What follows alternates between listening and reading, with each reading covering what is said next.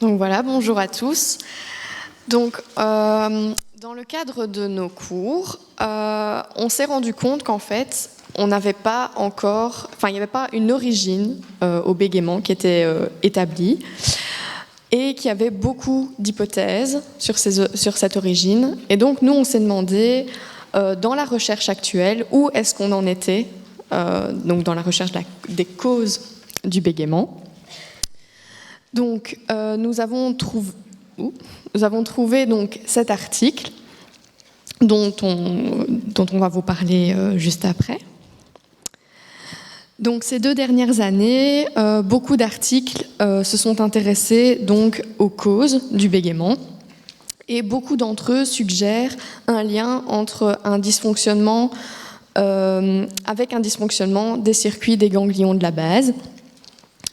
Mais la compréhension du bégaiement n'est pas aussi poussée que, par exemple, les recherches sur la maladie de Parkinson, où là, l'implication d'un dysfonctionnement de ces structures n'est plus approuvée.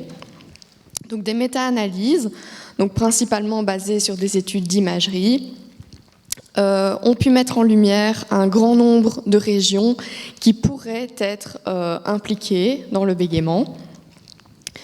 Donc, bien que des liens ont été faits par différents chercheurs, comme ici Alm et Chang, où ils ont fait des liens entre le bégaiement et le dysfonctionnement de certaines structures, donc comme les circuits moteurs des ganglions de la base, un dysfonctionnement du système dopaminergique, un dysfonctionnement de la boucle corticobasale et une altération lysosomale due à des variations génétiques. Toutes ces observations restent encore à l'état d'hypothèse. Donc il est très difficile encore à l'heure actuelle de trouver une zone ou une structure spécifique au bégaiement. Donc le but de notre étude était d'apporter davantage d'informations à tout ce qu'on pouvait déjà avoir, et avec une autre mesure qui est la concentration en fer dans les tissus.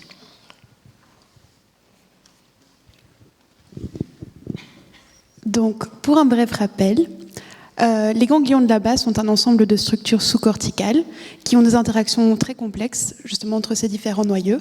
Et par des jeux d'activation et d'inhibition relativement complexes, ça permet la production de la parole, et notamment un ganglion assez important, c'est quand même le thalamus, mais il y en a plein d'autres.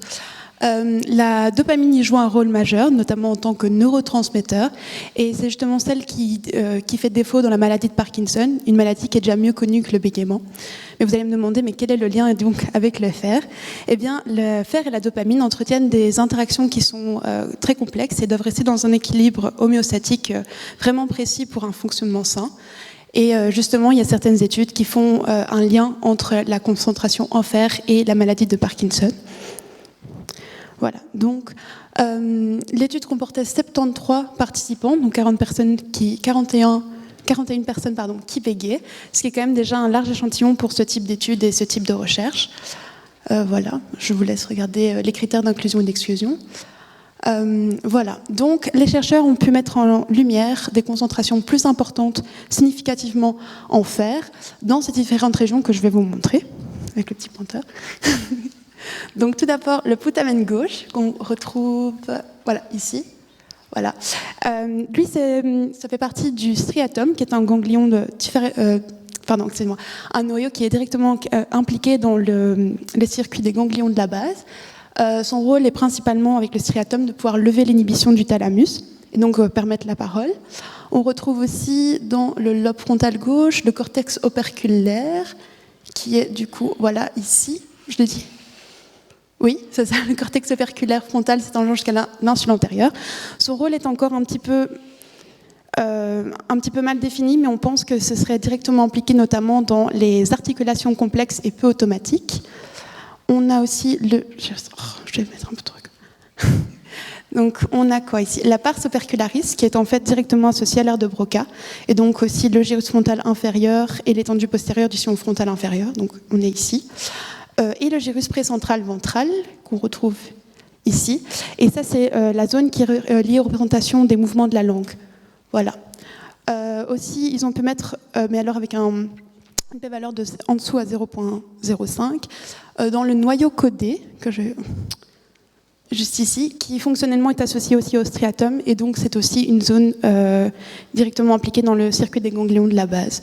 Voilà. Et aussi dans des parties plus étendues des hémisphères gauche et droit. Donc oui, une légère remarque.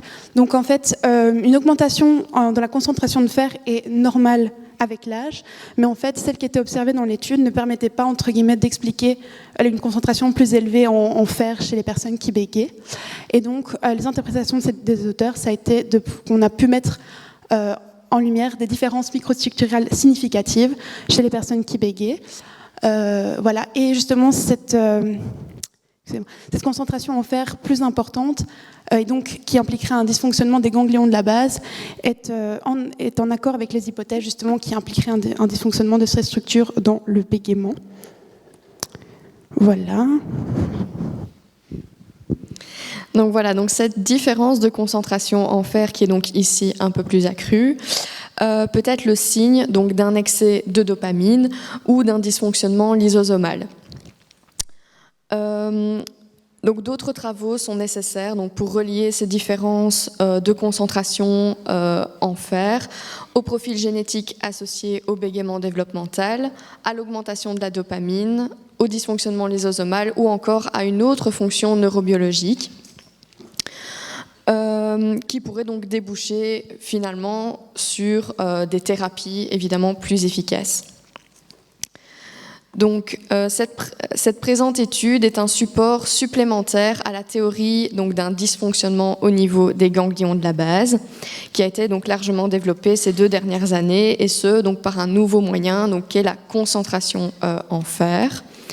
Cette méthode est très différente donc, des travaux qui ont été précédemment effectués, puisque eux se basaient sur des imageries cérébrales fonctionnelles. Donc pour autant, donc la raison de cette concentration plus élevée reste encore à développer, car en effet, il s'agit en fait d'une sorte de photo prise à un instant T, mais donc qui nécessite des explorations supplémentaires.